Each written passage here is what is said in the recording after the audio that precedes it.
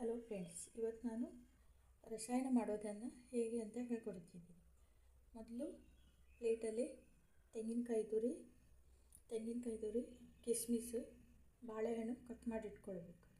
ಇದಕ್ಕೆ ಜೇನುತುಪ್ಪ ಮತ್ತು ನಂದಿನಿ ತುಪ್ಪ ಬೆರೆಸಬೇಕು. ನಂದಿನಿ ತುಪ್ಪ ಹಾಕ್ಕೊಂಡಿದ್ದೀನಿ. ಈಗ ಜೇನುತುಪ್ಪ ಹಾಕ್ಕೊಳ್ತಾ ಇದ್ದೀನಿ.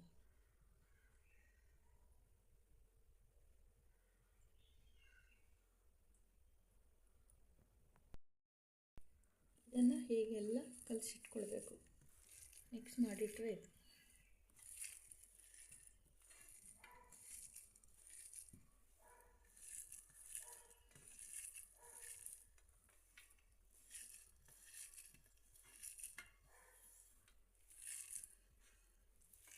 ಇದಕ್ಕೆ ಬೆಲ್ಲ ಹಾಕಬೇಕಾಗಿಲ್ಲ. ಜೇನುತುಪ್ಪ, ತುಪ್ಪ, ಬಾಳೆಹಣ್ಣು, ತೆಂಗಿನಕಾಯಿ ಇಷ್ಟರಲ್ಲಿ ರುಚಿ ಬರುತ್ತೆ.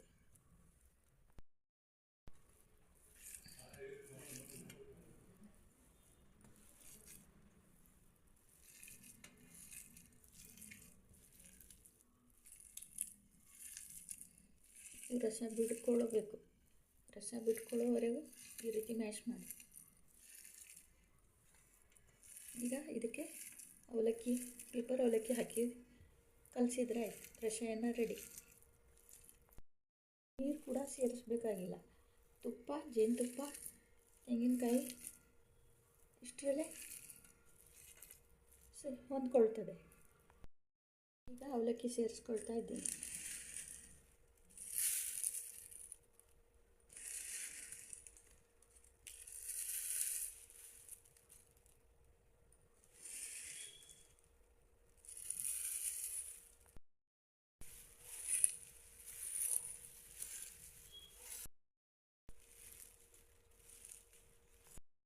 ಜೇನುತುಪ್ಪ ಹಾಕಿರೋದರಿಂದ ತುಂಬ ರುಚಿ ಬಂದಿರುತ್ತೆ.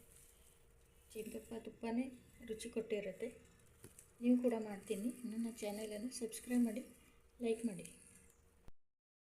ಈ ರಸಾಯನಕ್ಕೆ ಬೇಕಿದ್ರೆ ನೀವೊಂದು ಬುಂದಿ ಲಾಡನ್ನು ಹಾಕ್ಕೊಳ್ಬೋದು. ರುಚಿ ಬರುತ್ತೆ.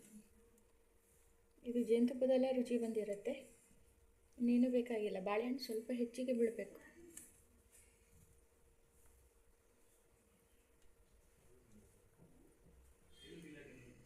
ರಸಾಯನ ರೆಡಿ.